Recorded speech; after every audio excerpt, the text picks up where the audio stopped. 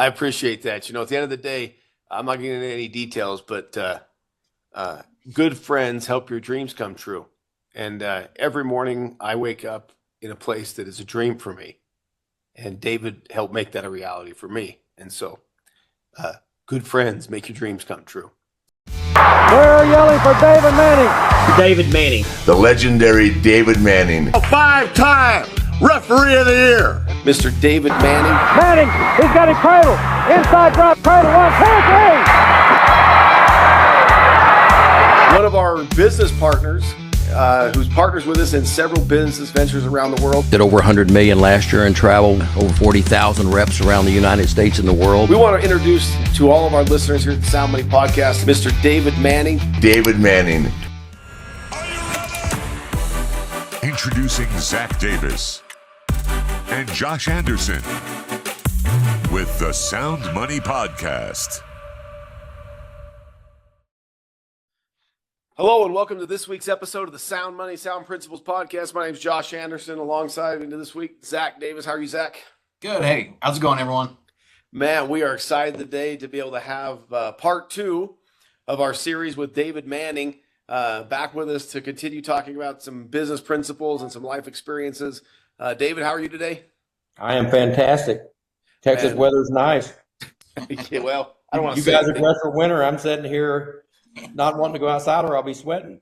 Yeah, I've got football practice. I got football practice in a few minutes. I'm going to have to put on full hunting rain gear for football practice. It's going to suck. Thanks for sharing. But that's okay. That's okay. But we're excited to have David back for episode 2. Last week, we had the opportunity to talk about some of his entrepreneurial experiences and dig into some of how we met and some of the experiences we've had together. I'd like to maybe shift a little bit today and share about, David, you had a unique opportunity. You had a front row seat when lightning was kind of caught in a bottle, right? In business, every once in a while, a business catches lightning in a bottle, and it's bigger than any owner or partner can ever actually envision what it can be.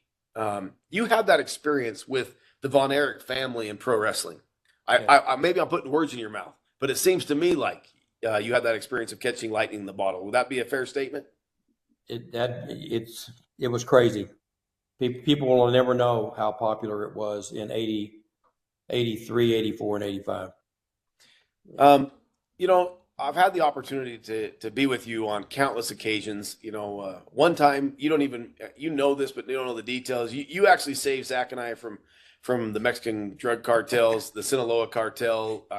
One time we were in a bad way in Mexico, and luckily for us, right, I had this cartel member who was kind of after me about some things, and well, you know it because I called you, but I said, I found out he was a wrestling fan, and I said that I was business partners and friends with David Manning, and he thought I was a liar. Now, he knew you as the referee.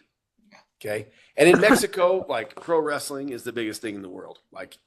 And because I could put you on the phone and you could tell this guy hi and say hi to this guy, all my problems went away with the Sinaloa cartel. Is that true, Zach? It's true.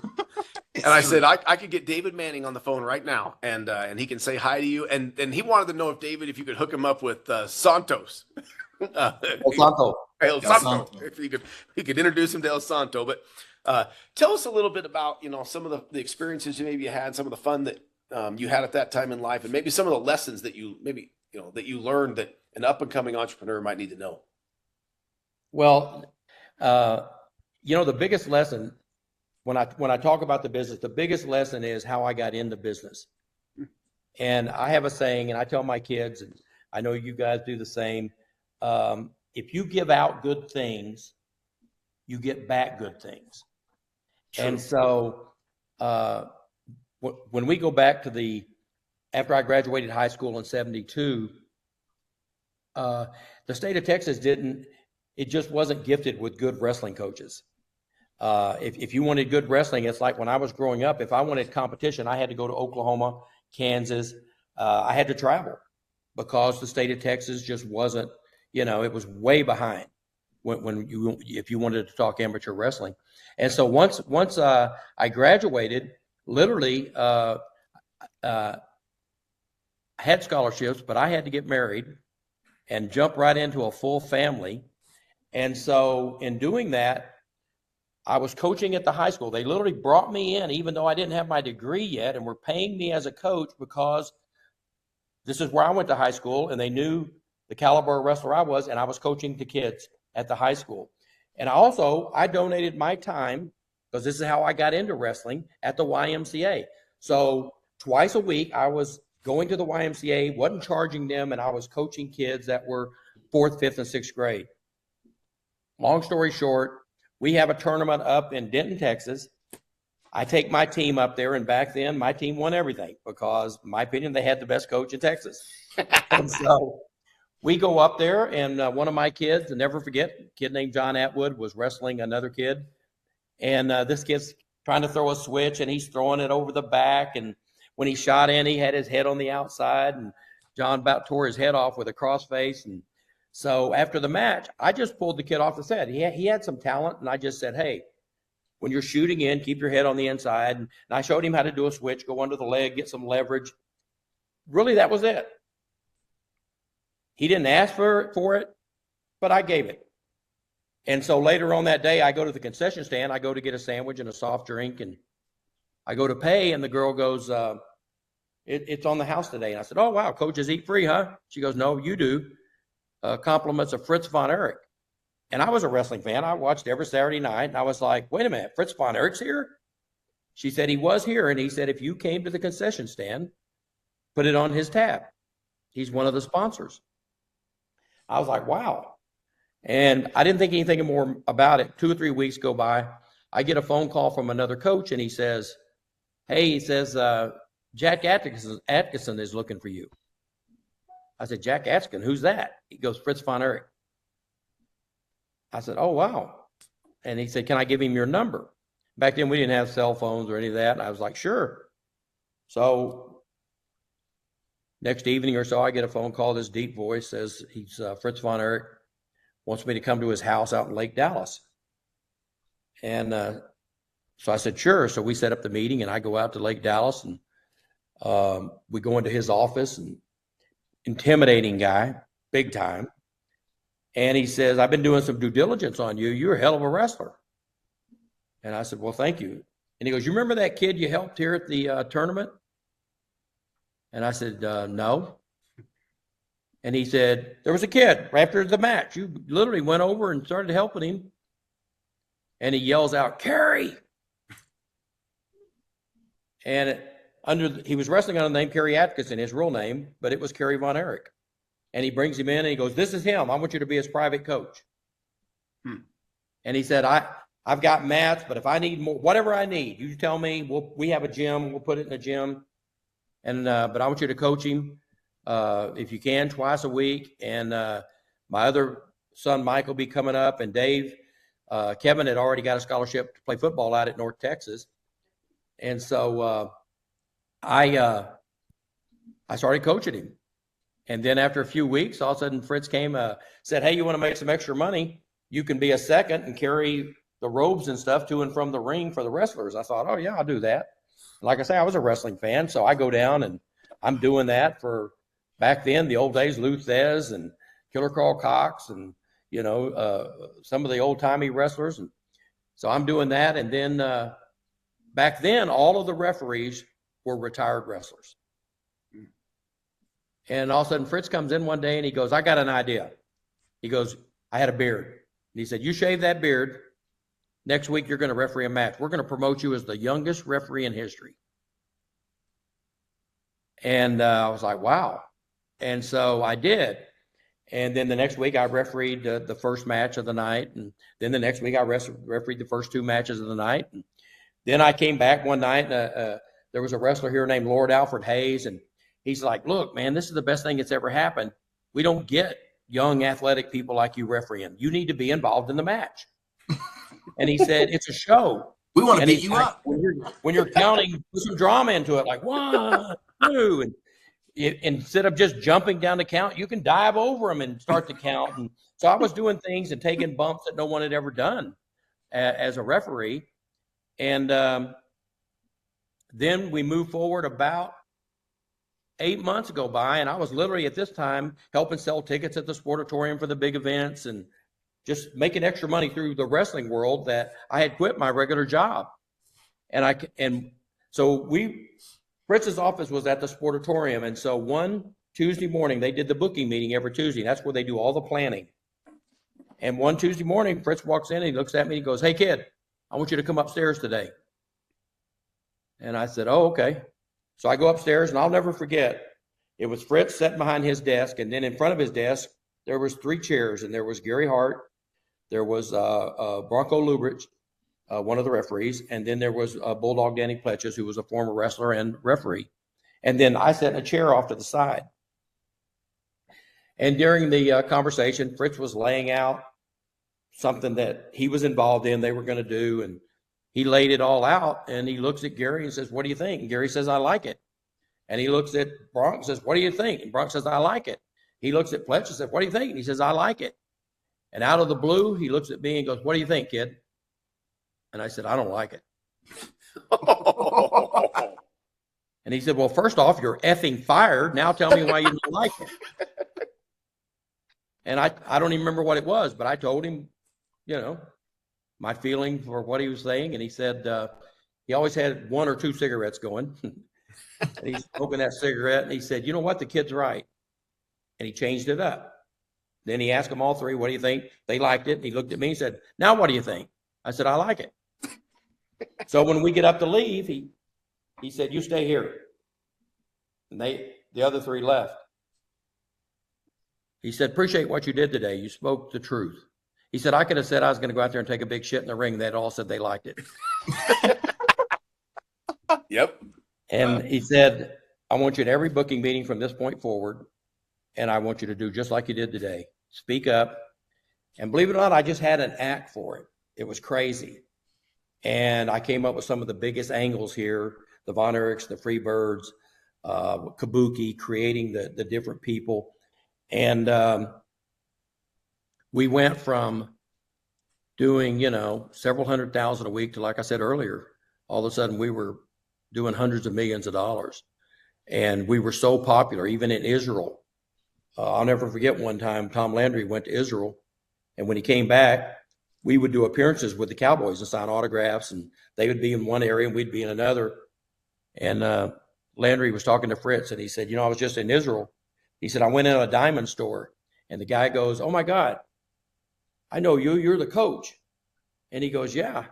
And he goes, "Oh my God, you're from Dallas. You must know the Von Erichs."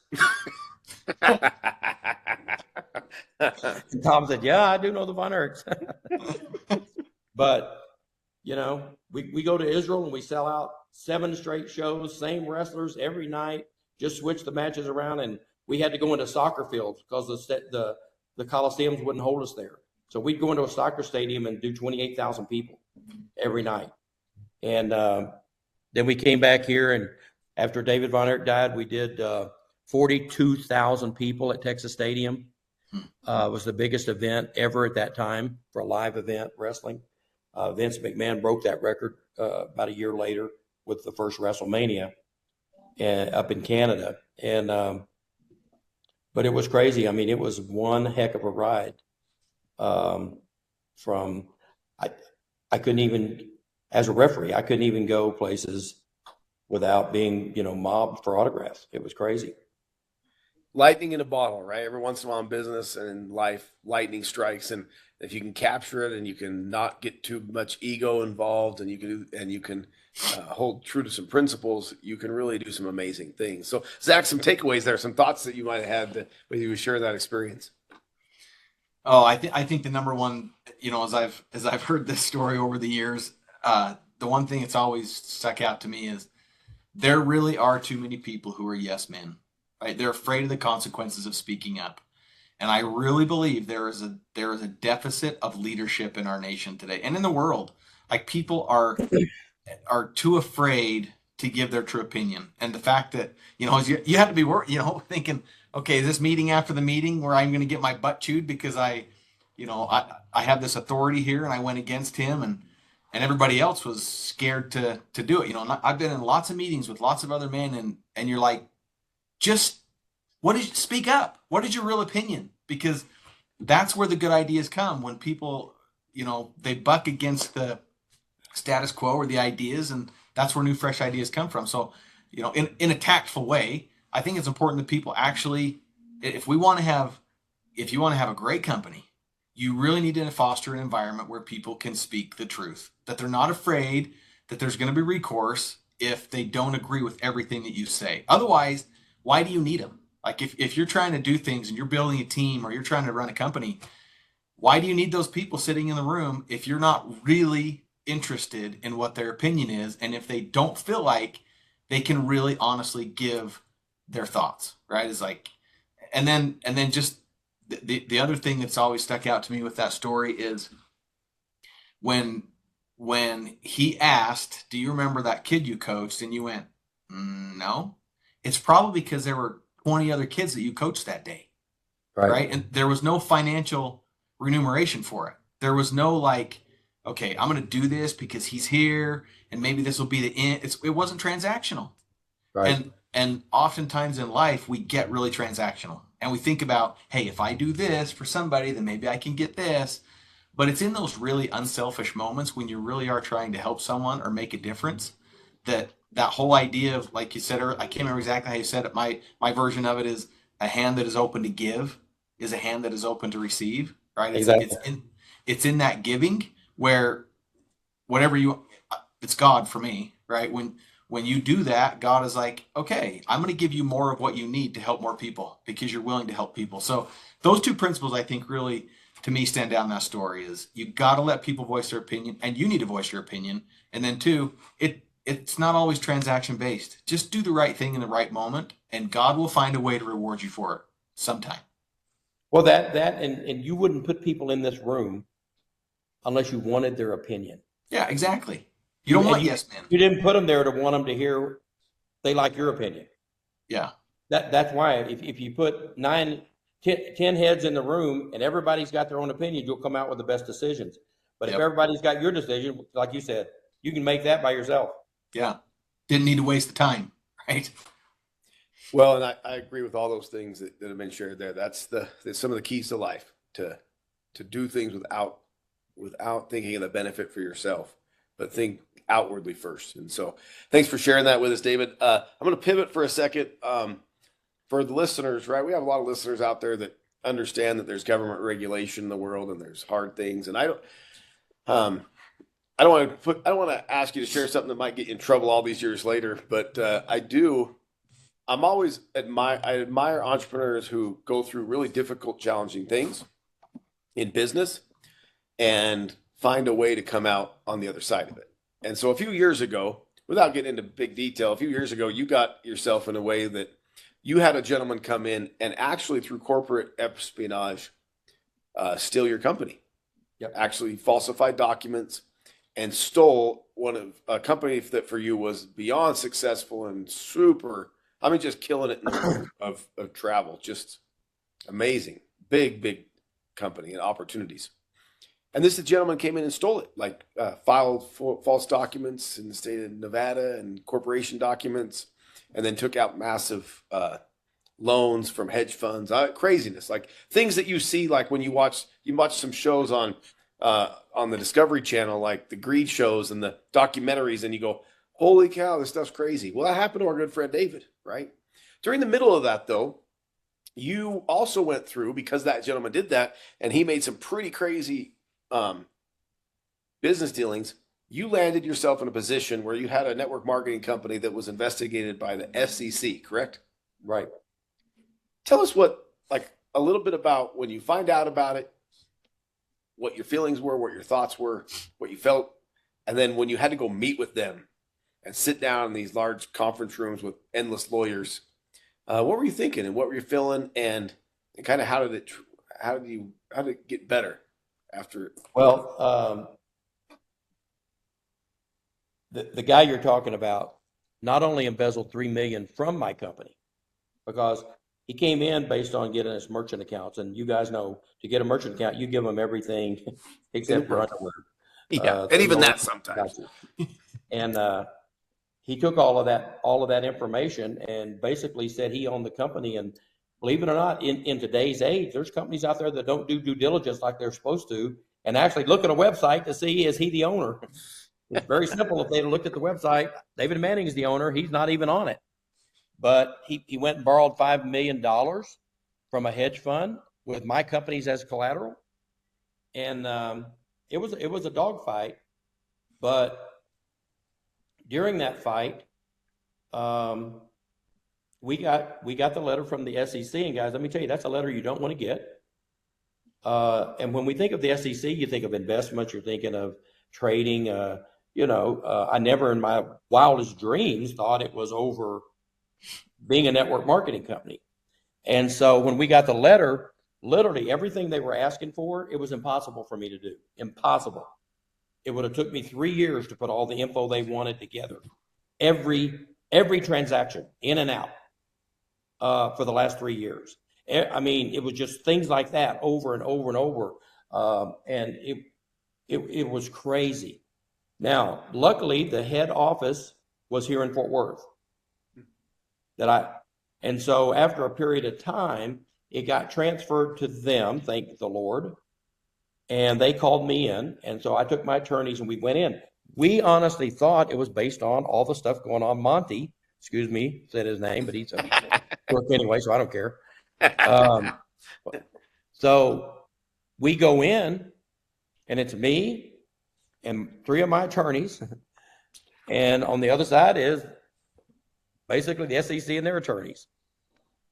And we spent the first hour explaining what this crooked did to us. And they spent the first hour listening.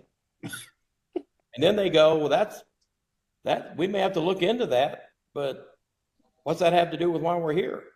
And I'm like, why are we here? They said, well, we're helping the FTC out and looking at network marketing companies. And we're looking at your company, Vacation. And we want to see this. We want to see the comp plan. We want to see, who's making money and blah, blah, blah. So I was like, wow, okay, that's going to take a second meeting. And they gave me they said, how long do you need? And I said, I don't know. I can have it ready in 3 weeks to a month. They said, okay, we'll reconvene in a month. We go back in a month. And in the meantime, my lawyers had gone back and forth with them. They wanted to know exactly how the comp plan worked. And basically, they wanted to know we were moving a product outside of our reps. And was I able to show that and then show how the comp plan worked? And I went back and literally I did a network presentation to the SEC. I think that day they were ready to sign up, but that wasn't what we were there for.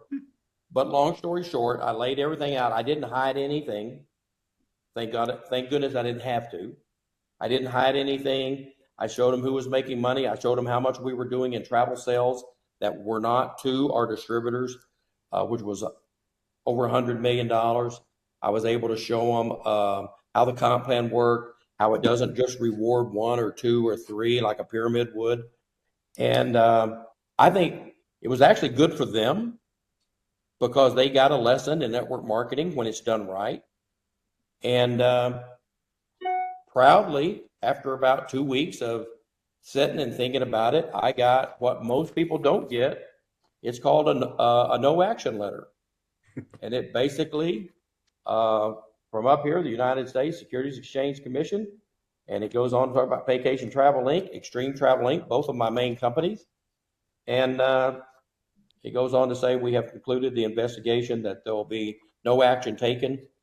And doesn't mean you're free for the future. It just means at this time we don't see anything wrong. So I'm not worried about the future because I don't, as you guys know, I plant my seeds right. And I'd rather not have to deal with people like that. So if you don't do things that put you in that position, and if you don't allow your field, because that's usually what gets you in trouble. It's not what you say, it's what you allow the networkers to say, because they want to do anything they can to recruit somebody. And in doing that, sometimes they say things they shouldn't say. And so I admire companies that are very strict on compliance when it comes to that, because you don't want to go through this. I can remember when you were going through that. I can remember talking to you on a frequent basis, at least once a week when that was going on. And for Zach and I, we're in this space. We've been in the space for 25 years. That's like the kiss of death, right? When you get the letter that I got to go to Attorney General or the SEC or the FTC, and you got to have a sit down meeting. It's just like hey, somebody might be going to jail today, right? Lots of our friends have had to go spend time in jail when they don't do this business right. And it's a lot of stress, right? You were going through quite a bit of stress and you were nervous about it. And your attorneys were, of course, nervous about it.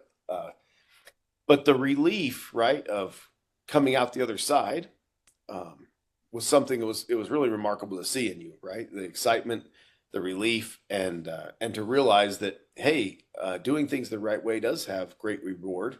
And it was a real testament to me. So Zach, through that experience, watching David go through it, we've been through it years ago.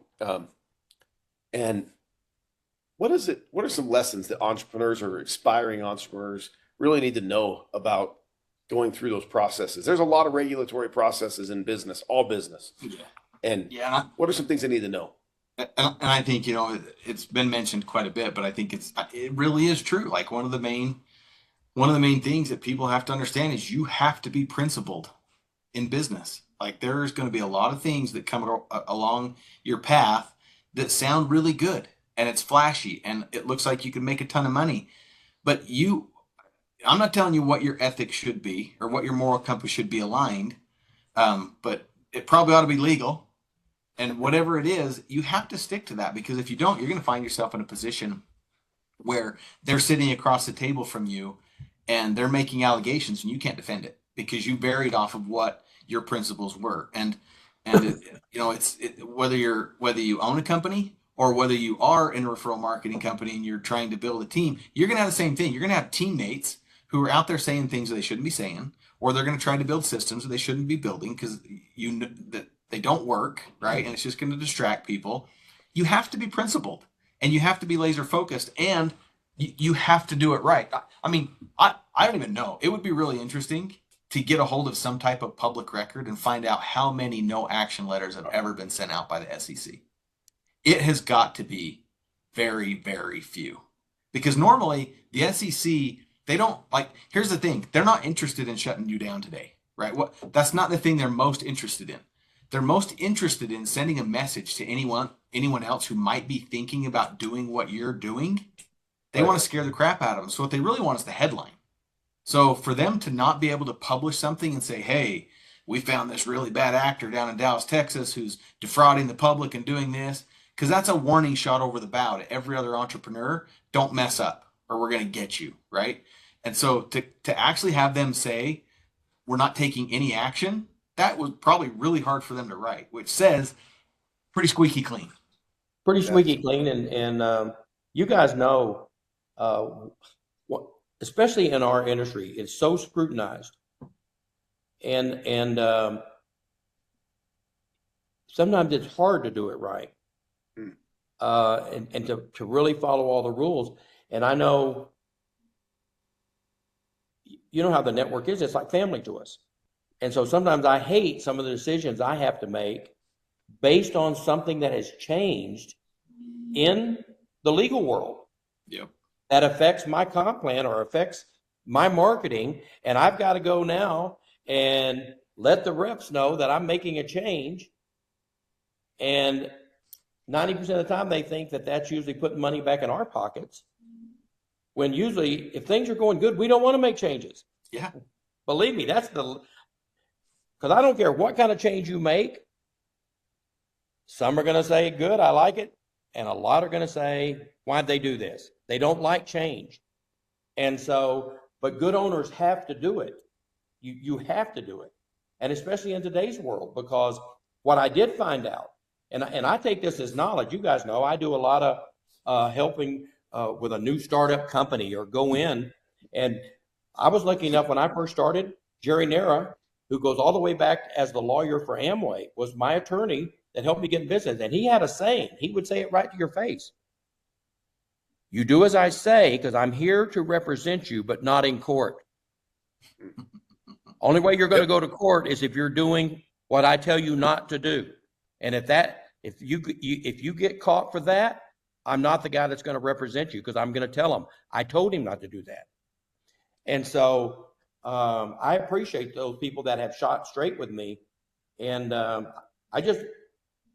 people don't know how our industry is scrutinized and how we have to be so far ahead of the curve with the decisions we make, because it's not just what can happen to us if we go to that meeting. It's really the lifeblood of the field. For many people, they're in this long enough, it becomes full time. It's their number one priority is to make their living and bring home the check and puts food on the table. And it's scary sometimes to know our decisions, and sometimes we got to make hard ones, but it keeps that check coming, and that's the main thing. And I would say, over the last 25 years of having to sit in that seat a lot, make decisions that affect tens of thousands of households around the world, I have come to the conclusion that change is necessary, and it will always happen, because the government regulation always changes, the political environment always changes, the products always change. Everything in this world is changing, right? We're in a constant state of change. And man, I've been lucky enough to be mentored by great men, and you're one of them, right? That have embraced change. And if there's listeners out there, right?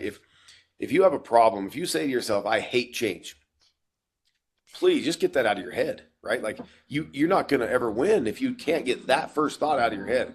Now we don't have to, not all of you have to love it, right? But I've come to tell myself in my brain that I do love it, because it's the one constant. If there's one constant, if there's one North Star in business, it is change. If you want to continue to thrive and win, you have to stay ahead of all of those factors. And man, I've been around you long enough, David. I've been in enough board meetings with you, and I've been in enough high stress environments where thousands of people's livelihoods are on the line, and you've never shied away from change. You never shied away from a decision that had to be made even when it was unpopular, but to do it for the betterment of the company or the individuals involved in it. And that's a principle that, if our listeners are trying to become an entrepreneur, that's the principle that has to be learned through experience. So, well, that, and I'll never forget one of the first meetings when I came up with you guys. You're good, one of your good friends, Roger, who's been very, very successful in business. I'll never forget, because, like I say, anybody that is, if I'm going to sell cars, I want Lee Iacocca telling me how to sell them. I'm going to sell software. I want Bill Gates telling me how to sell it. I want to hear his niches. But the thing is, I'll never forget when Roger was drawing on the whiteboard and I picked up a niche. I remember he showed the formula of what makes a company successful. And these percentages have to be in if this percentage is not here, we got to find out where did it go. And there's got to be adjustments made, or we won't make it. And if we don't make it, they don't make it. Yep. And so I've always admired you guys for who you surround yourself with, because what the reps have to understand, any decision that is made, it's not made overnight. Okay, we're changing this tomorrow. It's like, okay, if we change this, what's going to be the repercussion? Who's it going to affect? And what's the end result 5-10 years from now? Not what's the end result next Monday. Yeah. And that's what I wish they could all understand, the process we go through when we have to make a decision on a change, because we know how much change can be upsetting. And so it's not like we go in there and say, okay, let's make some changes today. Well, I go back in time, like all businesses, right? Zach and I and Roger started the company 7K Metals. We had a couple inherent flaws in the company when we started, right? It was a couple new things for us, a couple new things that we didn't quite fully know, right? We thought our idea and what we wanted to accomplish would be a solution. After about 60 days in, when the company was 60 days old, we realized we would really made a crucial error in predicting human behavior with the model, and we were kind of in a bad way. And so Zach and I I got on an airplane. I flew right down to see you. I flew down to see you, and we went and met with one of your friends, Paul, who happened to, he's built the back end software for some of the largest companies in this space. And we spent 2 days sitting in conference rooms going over getting the knowledge, right? Like Zach and I had Zach on the speakerphone. Like we were in a spot where we needed knowledge. And I love when an entrepreneur realizes I don't have all the knowledge I need right this minute. So I'm going to leverage all of my contacts in the world to get with people who have supreme knowledge in this area, right? They know the solutions to this problem because they've been down the road. And it was like a great awakening, right? I sat down with you and him, and you had experienced this very problem that we were experiencing years and before, and you had really good solutions. And what was really cool, those solutions came, it's what I admire about you, with no financial remuneration. It was, here's the problem. Here's what I think is a solution from my experience. And wow, the company, it really helped us. Zach, you want to comment on any of that? Yeah, no, it's 100% true, right? I mean, you'll become the average of the 6 people that you hang around the most, right? And your network really is that important, and all the people that you associate with. I think the other thing with the whole change idea, an entrepreneur has to sort of see the future too. Like you have to try to see, there is no crystal ball, but you have to sort of invent this crystal ball and see where we're going, especially in this industry, by the way, because most of the regulatory bodies and agencies that regulate this industry don't even know how the industry works. All they know is they don't like certain things. They get a complaint from a consumer. It trickles its way up to the state attorney general. The state attorney general opens an investigation. And I would dare say if you sat every state attorney general for the United States, if you sat them down in a room, I would guess less than 30% of them actually have a working knowledge of how our industry works. But yet they're the body that's going to call the SEC and say, hey, we got a problem. Go investigate David. Right? And it's like, well, hold on. You're the one that's supposed to understand this. So you almost have to look at the environment regulatory wise in our industry and go, where is it going? Who are elected officials? What are their principles? What do they believe in? Look at the history of laws they've passed and different things they've done and go, okay, this is coming. Like they are very anti this or they are pro this. We better pivot before they make us pivot, right? Because when they make you pivot, it's punitive. It's not like, hey, you need to fix this and you have this many days to fix it. It's like, hey, you're doing this wrong. Here's a big fine, or we're seizing all your assets. You're proven innocent. Exactly. Yes. And so, and it's the same way with lots of other things.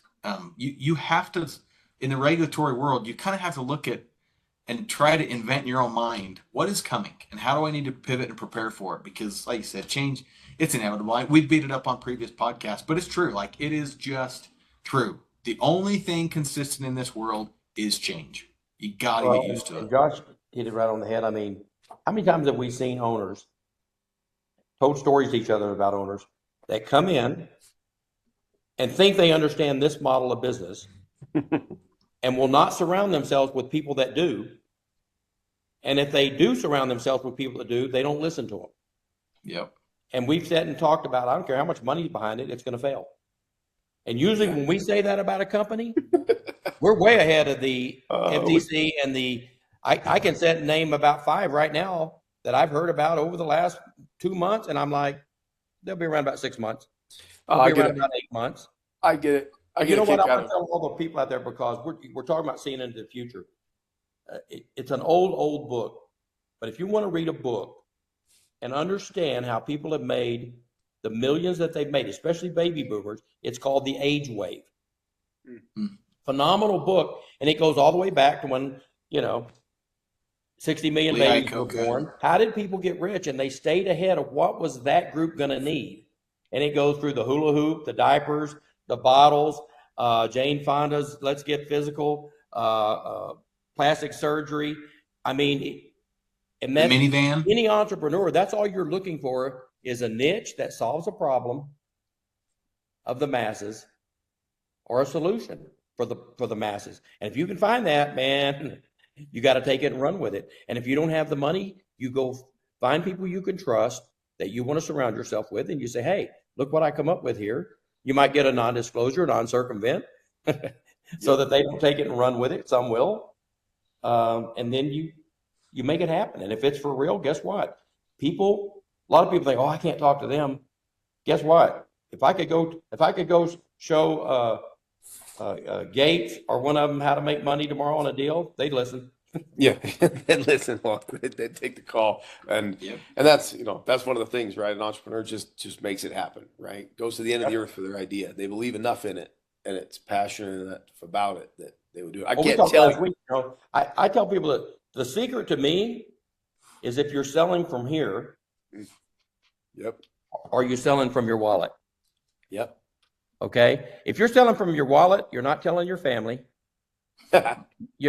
Right? You're not telling. I always tell people when they say, "Oh, well, I haven't told any of my family or anything about what I'm doing." Well, if you don't believe. It's transactional. If I give you the cure for the common cold today, if we all three came up with it, what's the first place everybody would take it? To their family. Exactly. And so that's the whole thing to me is when I tell people, if you sell it from here, you can't make a mistake. You believe. Yep. It's a real important principle in the world is, you shouldn't be involved in something that you're not passionate about and that doesn't get you excited. I can't tell you how many times I've told people that when we've hired them, when we've interviewed them, if you go home tonight, after what we've talked to you about, if you go home tonight and you can sleep, don't come see us tomorrow. But if you can't sleep about what we've told you today, you're part of the team. Be here tomorrow morning. Because at the end of the day, I know for all of us, we won't be involved in anything that we're not passionate about, that we don't get excited about. And so it's one of the principles that an entrepreneur has to live by is only do things in this world that you're excited about and you're passionate about. There's plenty of people that... Story, I had a guy, this has been probably a year ago, somebody else referred him. Oh, this person, I was looking for a key leader to help us launch something. And he was like, man, this couple, oh my God, just went on and on and on. And I looked at their prior history and yeah, it was impressive. And so I brought them in. And like you said, I showed them what we were going to do and I showed them everything. And they left and about a week goes by.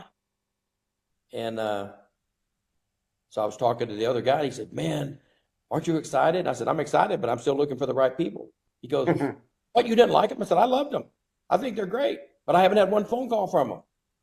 I said, if somebody put me in that position, I'd be calling them every day. Can I talk to anybody yet? When can I call someone? Can you get on a Zoom with them? I said, I would be driving me nuts. And I said, they're not hungry. That or they don't believe in what we're doing. Yeah. And I said, I'll know when I find that person or those people. And you guys know too. You know as soon as you meet them. And You know what? You never can judge. I've seen them come big and fat, skinny, tall, short, overalls, a doctor's suit. I mean, you don't ever know who you approach or who you're talking to that could literally put you into retirement. Yeah. That's a principle in life, right? For all business owners, you just don't judge and you deal with who wants to win today and who wants to get in the foxhole with you and go to battle. And so, well, it's been a real pleasure to be able to take today and to talk about some entrepreneurial principles with one of our favorite entrepreneurs and business partners for Zach and I, Mr. David Manning. David, for me, it's you are, I mean, for our listeners to understand, you're one of the people that when I deal with serious business problems, you're one of the people I call. People always ask me, like, when you're dealing with these big issues, Josh, where do you go in the world? Well, our listeners should know that you're one of the people I call. And it's because I value your principles.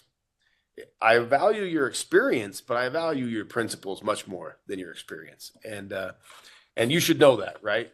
That's where I hold you in regard in business, and our listeners should know. And so for that, I'm truly grateful. I'm going to let Zach and David each share a last word today with our listeners as we let them go today for this episode of the Sound Money Podcast. Well, for me, I know last week we talked about how you guys flew down here and I asked questions and I helped you out. It's a two-way street. The other side to that story is a few years later, things had flipped. And I'll never forget, I was up there and I got pushed up against a wall against a good business deal. And I was like, I got to come up with XYZ. and you didn't even hesitate. You were like, just consider it done.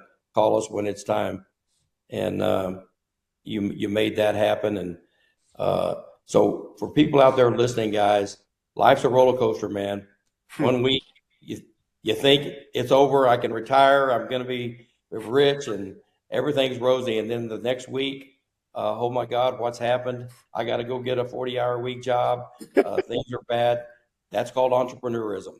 And it's got its good, it's got its bad, but as long as you do things right, you keep your morals right, you live with the philosophy, God first, family second, business is third.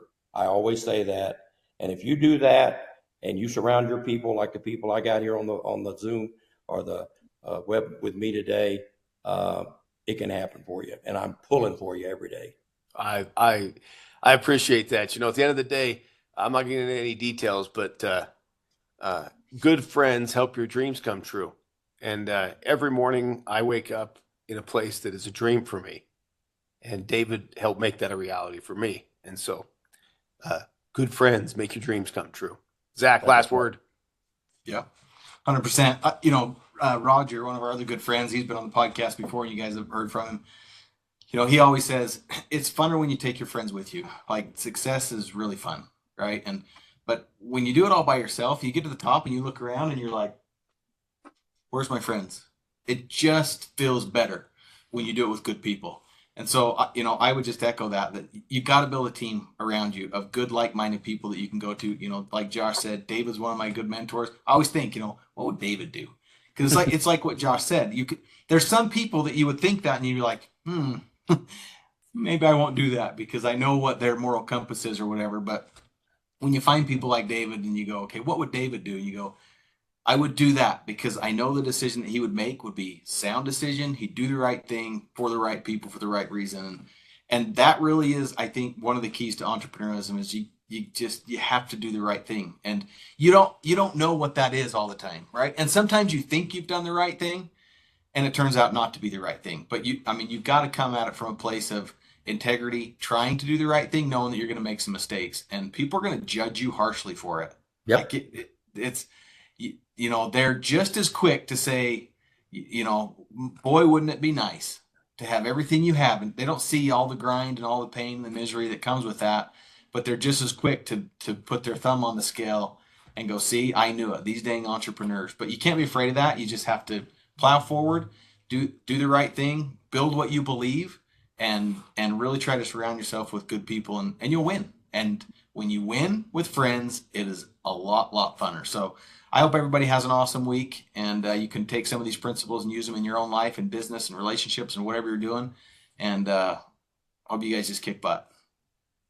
And I hope I see all of you on the beaches of the world.